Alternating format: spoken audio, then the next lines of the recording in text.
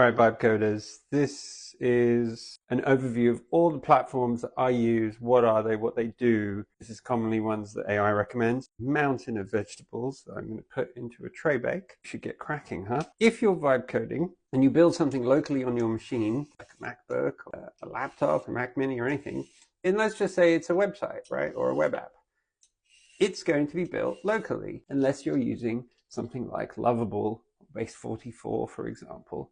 But if you're doing it locally, you have other options. I don't use Lovable. I don't use Base44. They're quite simple in the sense that if you've never touched AI for coding before, you could consider using them. But there are other platforms that I prefer using that I feel like, as you build your skills, grow with you. Two, really.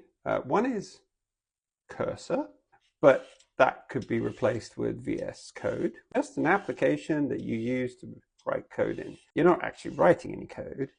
You're connecting an agent into the application VS Code or Cursor, and you're having it build the code.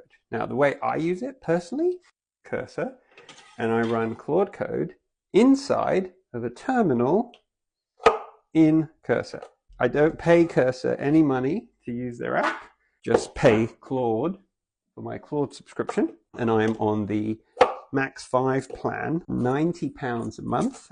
And I used to use the $20 a month plan, and that was fine when I was just building websites for people and things like that. So I moved up to the Max 5 plan, and I found that I'm not hitting these limits now at all. For as much as I code with the apps that I'm building or the work that I do for clients, I pay Claude to run Claude Code inside of Cursor.